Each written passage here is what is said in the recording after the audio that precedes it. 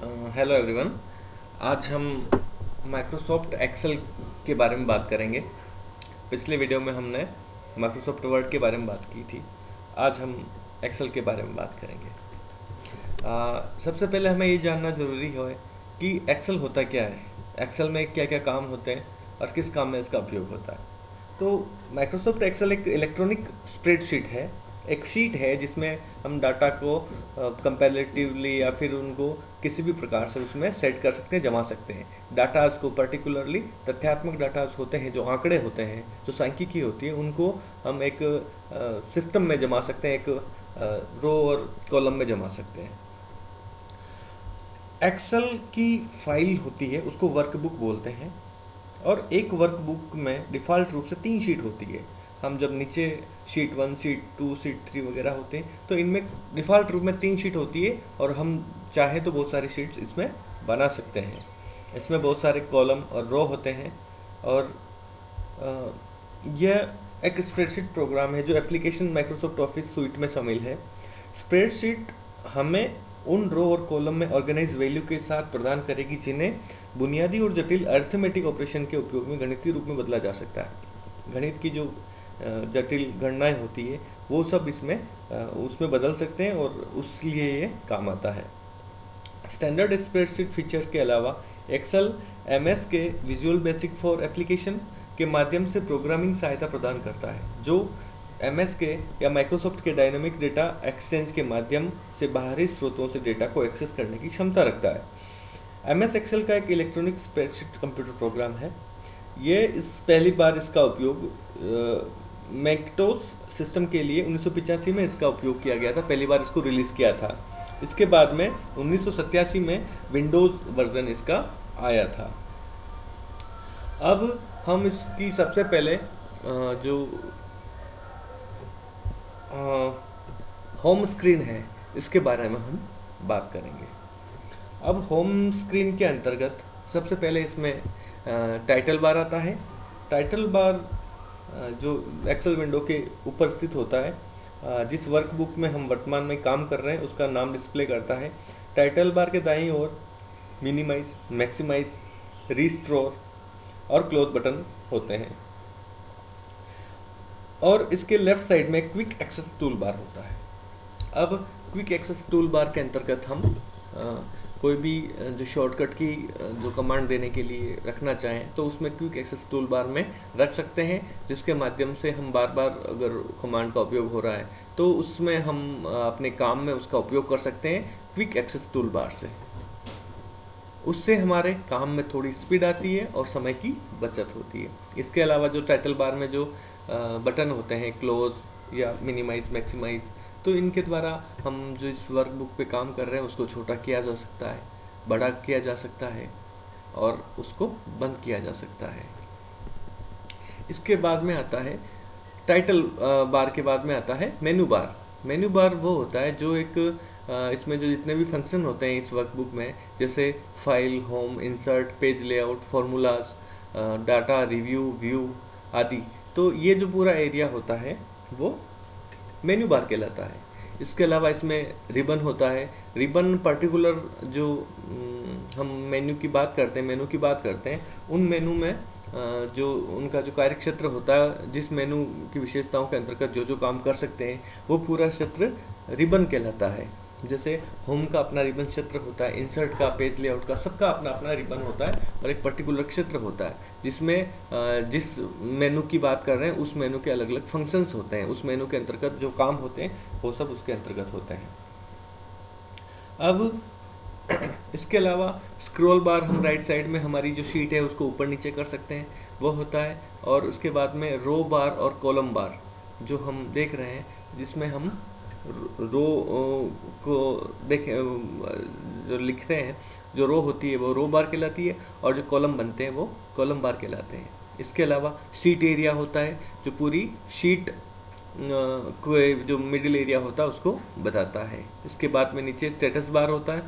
Status bar पे हमारे वही ऑप्शन होते हैं। जूम कंट्रोल्स होता है जिसमें जूम इन और जूम आउट होता है, जिससे हम किसी भी प्रलेख को या जो हमारी वर्कबुक है उसको छोटा या बड़ा कर सकते हैं। व्यू बटन के अंतर्गत हम शीट के नंबर पेज नंबर, पेजों की संख्या, फ़ॉन्ट जो हम वर्ड यूज़ कर रहे हैं, जो डाटा यूज़ कर रहे हैं उनकी संख्या, और किस लैंग्वेज में हम काम कर रहे हैं, वो सभी चीज़ें इसमें देखने को हमें मिलती है। इसके अलावा जो हेल्प बटन होता है इसमें, जो हेल्प बटन के द्वारा हम कोई भी जो हम कोई प्रॉब्लम आती है तो उसको हम रिजॉल्व कर सकते हैं। अब जो फाइल, अब इसके जो हम मेनू की बात करें तो मेनू में सबसे पहले फाइल ऑप्शन आता है। फाइल ऑप्शन एक्चुअली किसी भी जो वर्कबुक है उसको सेव करने के लिए, सेव एज करने के लिए, उसको प्रिंट देने के लिए, प्रिंट प्रीव्यू देखने के लिए, प्रिंट लेआउट देखने के लिए फाइल टैब का उपयोग किया जाता है। हम अपनी फाइल का नामांकन करते हैं या मतलब उस पेज के पब्लिश करने के संबंधित जितने भी ऑप्शन होते हैं वो फाइल टैब के अंतर्गत होते हैं। अब हम इसके जो मेनू बार है, file, home, insert, page layout, formula, data, review, view, उसमें हम एक एक मेनू के बारे में बात करेंगे। हाँ, और इसके एक जो रिबन के बाईं तरफ नीचे जो A1 लिखा हुआ है वहाँ पर ये नेम बॉक्स होता है, जिसमें जो भी हम फाइल में काम कर रहे होते हैं, जो भी काम कर रहे होते हैं वो नाम उसके ऊपर पब्लिश होता रहता है। जब तत्कालीन समय में जो हम जो टाइप कर रहे होते हैं वो सब उसमें टाइप हो रहा होता है। अब हम एक्सेल के जो होम टैब है, होम मेनू है, उसमें कोई जो डिफ़ॉल्ट रूप में खुलता है, इसमें बहुत सारे ग्रुप्स होते हैं। जैसे हम देखते हैं लेफ़्ट साइड में क्लिपबोर्ड है, उसके बाद में फ़ॉन्ट है, अलाइनमेंट है, नंबर है, स्टाइल्स है, सेल है और एडिटिंग है। तो इन होम टैब में इन सभी के ऊपर काम होता है। अब क्लिपबोर्ड की बात करें तो ये किस अस्थायी स्टोरेज होती है जिसमें हम कॉपी या कट कर सकते हैं। डाटा सेव रहता है, जब तक हम डाटा को कहीं पेस्ट नहीं करते तब तक वह डाटा एक्सेल क्लिपबोर्ड में ही रहता है। जब हमारा सिस्टम बंद हो जाता है तो क्लिपबोर्ड में सेव डाटा भी अपने आप एम्प्टी हो जाता है। इसलिए जब तक सिस्टम चालू रहता है तब तक ही क्लिपबोर्ड में सेव डाटा रहता है। फिर बात करते हैं फ़ॉन्ट की। फ़ॉन्ट ग्रुप में उपलब्ध कमांड्स के जरिए हम डाटा की फॉर्मेटिंग करते हैं।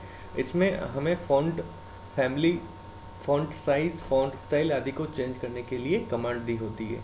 इन कमांड्स के जरिए हम किसी भी MS एक्सेल शीट के डेटा को अपने हिसाब से फॉर्मेट कर सकते हैं।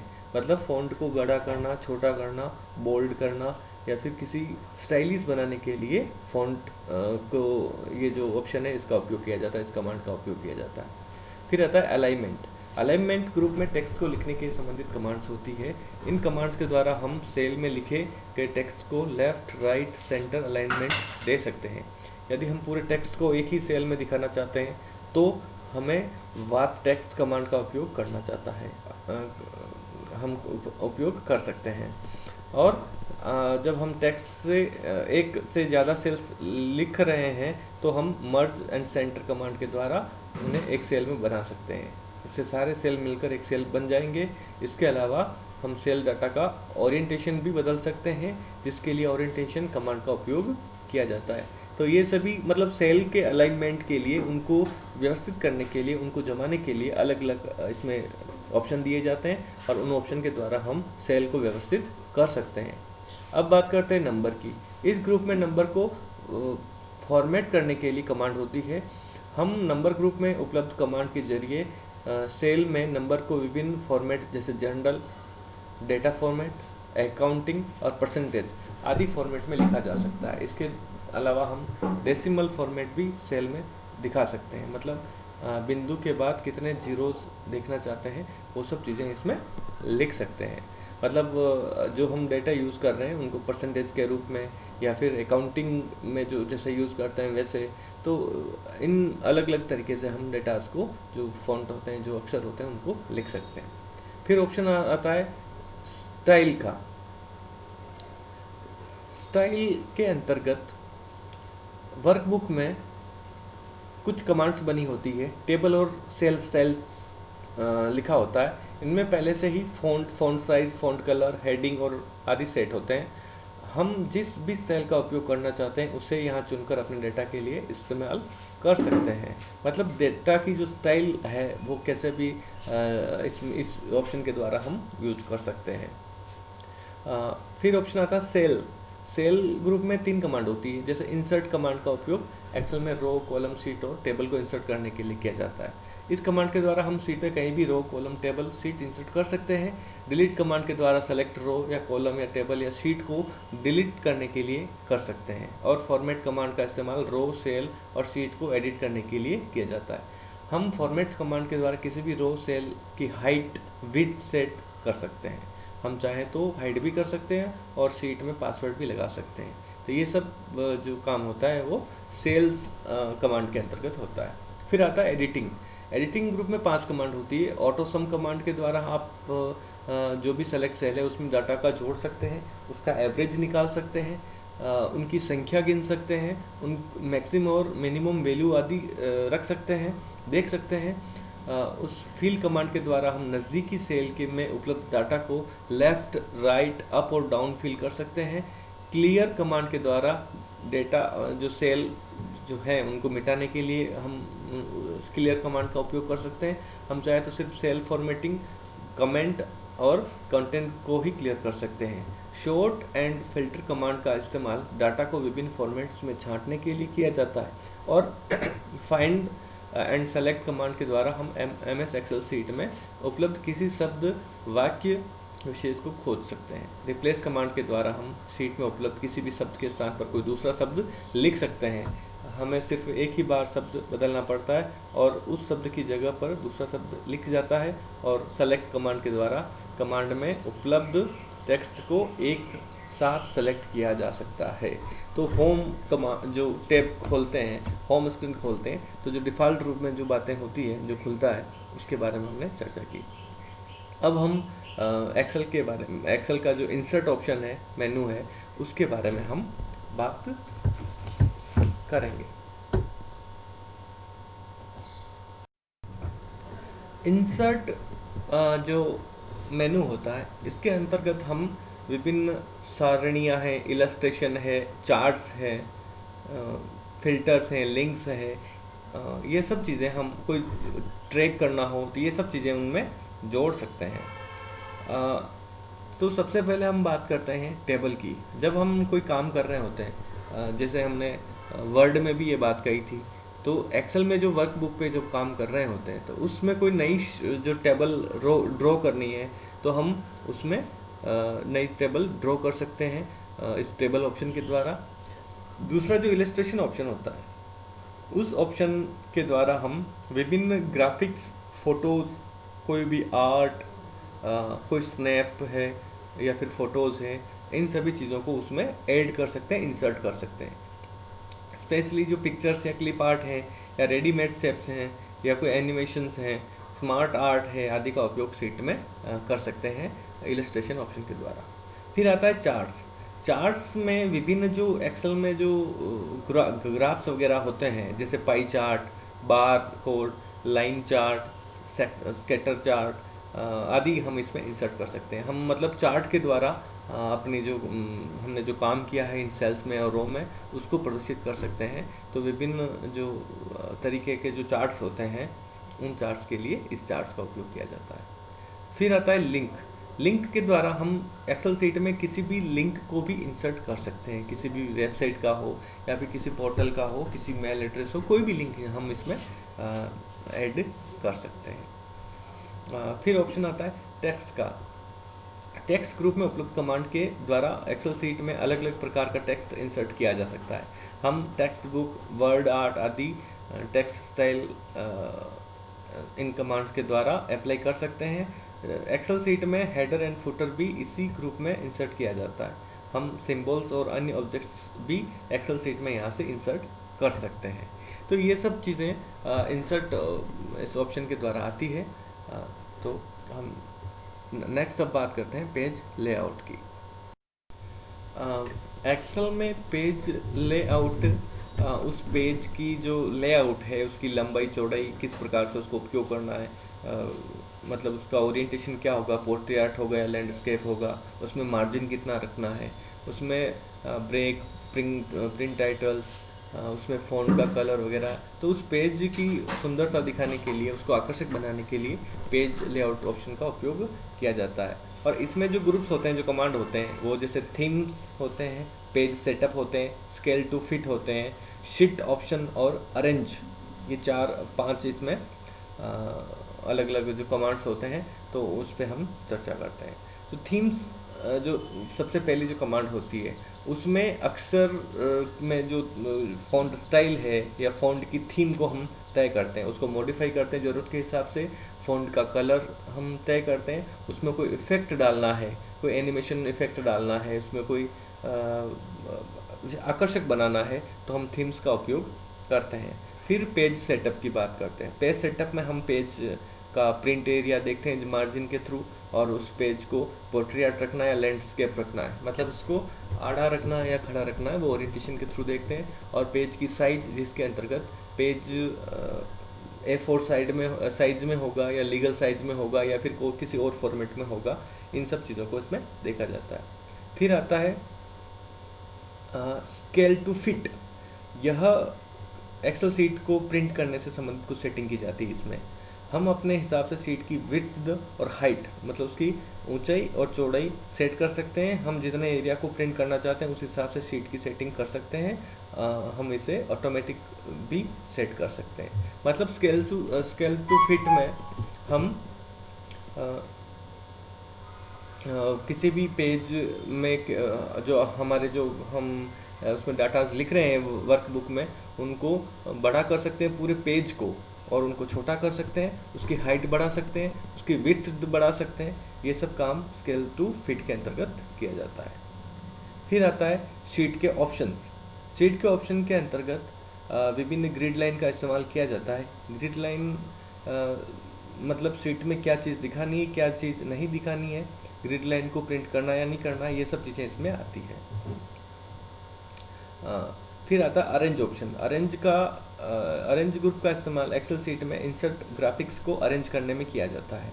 हम इस ग्रुप में कमांड के द्वारा पिक्चर्स की पोजीशन, उनका अलाइनमेंट, ग्रुपिंग आदि की सेटिंग कर सकते हैं। यानी इस वर्कबुक में जितने भी हम जो ग्राफिक्स यूज़ कर रहे हैं, जो फ़ोटोज़ यूज़ कर रहे हैं, उनका अरेंजमेंट किया जाता है, उनकी पोजीशन को तय की जाती है, उनके अलाइनमेंट को तय किया जाता है, और उनकी ग्रुपिंग आदि तैयार की जा सकती है। तो इसके अंतर्गत हम जो पेज लेआउट के अंतर्गत पेज की जो फीचर्स हैं, उनमें कोई भी परिवर्तन कर सकते हैं।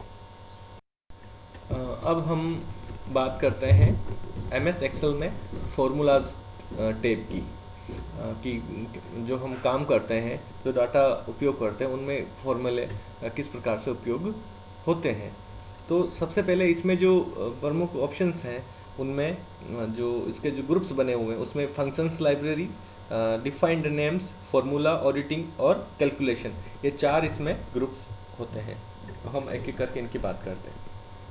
सबसे पहला जो इस लाल गोले में दिख रहा है, इंसर्ट फंक्शन, ये फंक्शन लाइब्रेरी कहलाता है। इस ग्रुप में एक्सेल फार्मूलाज को शामिल किया जाता है।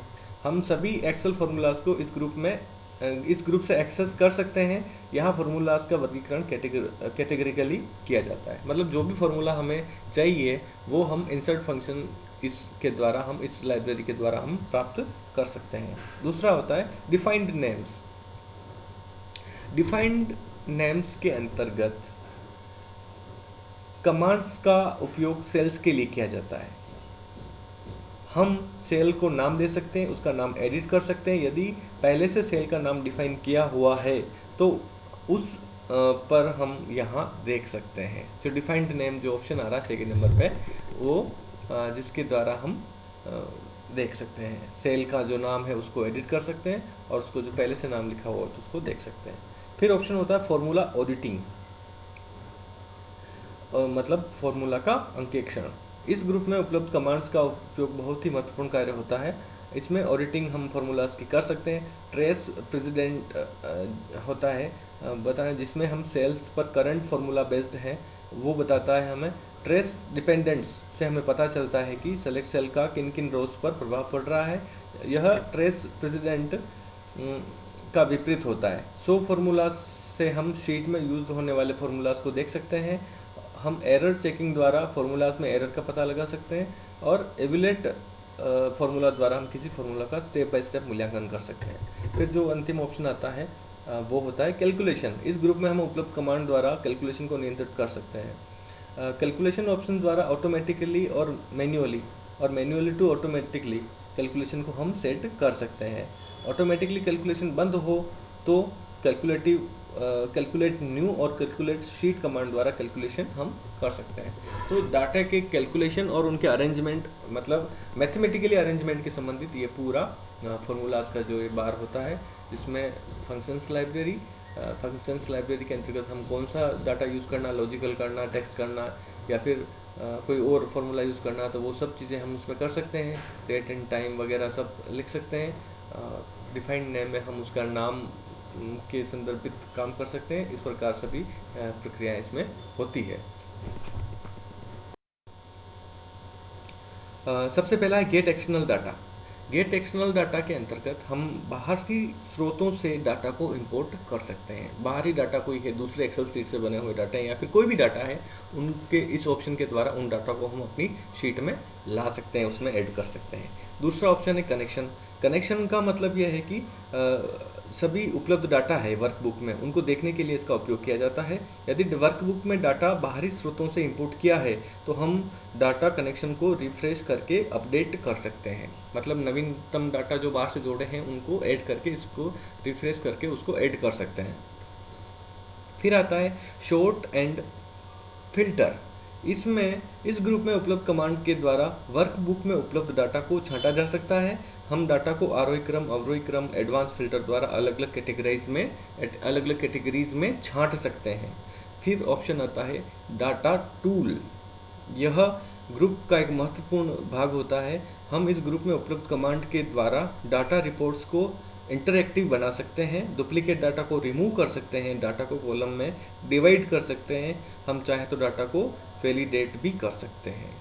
मतलब सबसे पहले इंटरैक्टिव, एक डाटा को दूसरे डाटा के बीच में कनेक्शन, उनके बीच में जो संबंध है उसको स्थापित कर सकते हैं, डुप्लीकेट डाटा को रिमूव कर सकते हैं और डाटा को कॉलम में डिवाइड भी कर सकते हैं। डाटा को कॉलम में डिवाइड कर सकते हैं और उन डाटा को वैलिडेट, मतलब उनको सही है या गलत है उसकी पहचान कर सकते हैं। सही गलत मतलब जो डुप्लीकेट डाटा है उसकी पहचान कर सकते हैं। फिर ऑप्शन होता है आउटलाइन का। आउटलाइन के अंतर्गत इसमें बहुत कम ही कमांड होती है, इसमें हमारा डाटा अधिक समझने योग्य बनता है। आउटलाइन के द्वारा हम ग्रुप कमांड द्वारा रोज और कॉलम को एक ग्रुप में जोड़ सकते हैं, उनका टोटल सब टोटल कर सकते हैं, हम अतिरिक्त जानकारी को भी इसमें छिपा सकते हैं। मतलब डाटा की आउटलाइन बताता है जो रो और कॉलम है उनके बारे में। अब हम बात करते हैं एमएस एक्सेल के रिव्यू मेनू की। रिव्यू मेनू हमने वर्ड में भी देखा था कि जिसमें हम जो हमने लिखा है उसकी प्रूफिंग कर सकते हैं, लैंग्वेज का उसमें हम उसको बदल सकते हैं, कमेंट्स डाल सकते हैं और चेंजेस कर सकते हैं। वही हम एक्सेल में भी कर सकते हैं। तो इसमें टोटल 4 ग्रुप है। इसमें प्रूफिंग, लैंग्वेज, कमेंट्स और चेंजेस, 4 बातें इसमें आती है। अब प्रूफिंग के अंतर्गत हम एक्सेल सीट से संबंधित बहुत काम की जो ये कमांड है, इसमें हम स्पेलिंग और ग्रामर को चेक कर सकते हैं। साथ ही साथ हम थिसरस भी इसमें कमांड होता है, यानी जो बहुभाषी कोश होता है, तो बहुत सारे समानार्थी शब्द उसमें हम देख के यूज कर सकते हैं, इसका उपयोग होता है। साथ ही साथ ट्रांसलेट कमांड के द्वारा हम जो भी एक्सेल में जो डाटा है उनको अलग अलग भाषाओं में ट्रांसलेट भी कर सकते हैं। फिर कमेंट्स ऑप्शन आता है, उससे पहले लैंग्वेज आता है, तो लैंग्वेज हम कोई सी भी यूज़ कर सकते हैं। फिर कमेंट ऑप्शन आता है, कमेंट में अतिरिक्त कुछ हम लिखना चाहते हैं तो कमेंट के द्वारा हम लिख सकते हैं। फिर चेंजेस ऑप्शन आता है, चेंजेस में हम जैसे प्रोटेक्ट शीट को कोई पासवर्ड देना है, प्रोटेक्ट करना है, तो हम उसको शीट को प्रोटेक्ट कर सकते हैं। इसके अलावा वर्कबुक को प्रोटेक्ट करने के लिए भी इसमें ऑप्शन आता है। अपनी जो वर्कबुक है शीट में, मतलब पर्टिकुलर शीट होती है और बहुत सारी शीट मिलकर वर्कबुक बनती है, तो हम अपनी पर्टिकुलर शीट को भी प्रोटेक्ट कर सकते हैं पासवर्ड के द्वारा, कोई दूसरा उसको एडिट ना कर पाए, सिर्फ रीड ओनली हो पाए, और हम जो वर्कबुक होती है उसको भी हम प्रोटेक्ट कर सकते हैं पासवर्ड के द्वारा। इसके अलावा हम अपनी वर्कबुक को शेयर कर सकते हैं इस ऑप्शन के द्वारा। अब इसके अलावा और जो प्रोटेक्ट एंड शेयर वर्कबुक, हम प्रोटेक्ट भी कर सकते हैं और शेयर भी कर सकते हैं। Allow users to edit ranges, हम अपने काम में किसी भी यूज़र्स को पर्टिकुलर कि हम केवल एक यूज़र को एडिट, हम जो काम किया हमने उसमें एडिट करने के लिए उसको ऑप्शन दे सकते हैं। तो ये हम अलाउ के लिए इसमें जो हम पासवर्ड बनाकर शेयर कर सकते हैं कि सिर्फ ये यूज़र ही इसको एडिट कर पाएगा। और फिर ट्रैक चेंजेस जो होता है, इस ट्रैक चेंजेस में हम कोई भी चेंजेस करना है जो इस लिखा हुआ है तो उसमें हम चेंज कर सकते हैं। अब आते हैं हम एक्सेल व्यू पर। व्यू जो मेनू होता है उसके ऊपर हमने वर्ड में भी देखा था कि व्यू ऑप्शन के अंतर्गत हम अपने जो पेज है, जो हमने काम किया है, नोटबुक है, उसको हम देख सकते हैं, उसको जूम इन जूम आउट कर सकते हैं, उसका पेज लेआउट देख सकते हैं। और उसमें इसके अलावा उसको विंडोज़ के रूप में देख सकते हैं, उसके मैक्रोज तैयार कर सकते हैं। तो वो का वही काम अपने एक्सेल सीट में भी होता है। तो इसमें कुल 4 ग्रुप होते हैं, जिसे वर्कबुक व्यूज़, जूम, विंडोज़ और मैक्रोज, 4 ऑप्शन के अंतर्गत इसमें काम होता है। तो सबसे पहले हम बात करते हैं वर्कबुक व्यूज़ की। वर्कबुक व्यू के अंतर्गत हम नॉर्मल व्यू में एक्सेल सीट को सामान्य तरीके से देख सकते हैं। उसके बाद में हम पेज लेआउट देख सकते हैं, किस प्रकार से हम पेज को जो ओरिएंटेशन कर सकते हैं, उसका लैंडस्केप कर सकते हैं, पोर्ट्रेट कर सकते हैं। और इसके अलावा प्रिंट लेआउट देख सकते हैं, उसको फुल स्क्रीन में रखकर हम देख सकते हैं। साथ ही साथ पेज में हम ब्रेक प्रीव्यू देख सकते हैं, पेज को हम अलग अलग भागों में तोड़ सकते हैं। और कस्टम व्यू में हम अपने हिसाब से डिस्प्ले सेटिंग कर सकते हैं। तो ये सब चीज़ें हमारे वर्कबुक व्यूज़ के अंतर्गत आती है। अब जूम ऑप्शन आता है, जिसमें हम अपने जो काम किया है उस काम को जूम करके देख सकते हैं, जूम इन कर सकते हैं, जूम आउट कर सकते हैं। और जूम पर्टिकुलर सेल्स और रो को भी हम जूम इन और जूम आउट कर सकते हैं। इसके अलावा एक विंडो ऑप्शन और आता है। विंडो ऑप्शन में हम एक्सेल सीट पर जब काम करते हैं तो इसके द्वारा हम ओपन एक्सेल विंडो को नियंत्रण करते हैं। हम एक वर्कबुक में काम करते हुए दूसरी विंडो में जा सकते हैं और यहीं से किसी अन्य वर्कबुक में जा सकते हैं, या फिर 2 वर्कबुक में एक साथ डेस्कटॉप जो अपना है कंप्यूटर उस पर देख सकते हैं। विंडो को स्प्लिट करके उसके कई भागों में देख सकते हैं। हम चाहे तो हाइड भी कर सकते हैं। विंडो ग्रुप में सबसे काम की कमांड फ्रीज पेंस होती है। इसके द्वारा हम रो, कॉलम या फिर सेलेक्टेड एरिया को एक जगह पर स्टॉप कर सकते हैं। जब हम विंडो को ऊपर नीचे स्क्रॉल करेंगे तब फ्रीज और रो कॉलम एक ही जगह पर आ जाते हैं। तो ये सब बातें विंडो के अंतर्गत होती है। फिर इसमें जो भाग आता है वो आता है मैक्रोज। मैक्रोज किसी प्रोजेक्ट पर हम काम कर रहे होते हैं और उसमें कुछ जानकारी हमें बार बार उपयोग में लानी है, तो मैक्रोज का काम यही से शुरू हो जाता है। यदि हमें किसी एक जानकारी को बार बार उपयोग में लेना है तो उस जानकारी का मैक्रो रिकॉर्ड करके हम एक बार लिखने के बाद उस जानकारी को बिना लिखे काम में ले सकते हैं। मैक्रोज को हम कीबोर्ड शॉर्टकट से जोड़ देते हैं और जब हमें उस जानकारी को लिखना होता है तो बस हमें कीबोर्ड की उस शॉर्टकट की को दबाना होता है और संपूर्ण जानकारी अपने आप लिख जाती है। तो व्यू के अंतर्गत हम किसी भी जो हमने वर्कबुक पे काम किया है उस काम के लेआउट को देख सकते हैं, बड़ा कर सकते हैं, छोटा कर सकते हैं, उसको विंडो के रूप में देख सकते हैं। उसके अलावा इसमें कोई बार बार आने वाली कोई जानकारी है तो हम उसको शॉर्टकट की के माध्यम से, मैक्रोज के माध्यम से हम उसको एक बार में एडिट करके बार बार उस केवल एक की के द्वारा हम उस पूरी जानकारी को एक साथ में जोड़ सकते हैं। तो ये हमारा पूरा माइक्रोसॉफ्ट एक्सेल का व्यू था और हमने ये 4 जो 8 स्लाइडें हैं, इन 8 स्लाइडों के द्वारा हमने पूरे माइक्रोसॉफ्ट एक्सेल को समझा। फिर नेक्स्ट वीडियो में हम अगला जो मेनू है उसके बारे में बात करेंगे। Thank you so much.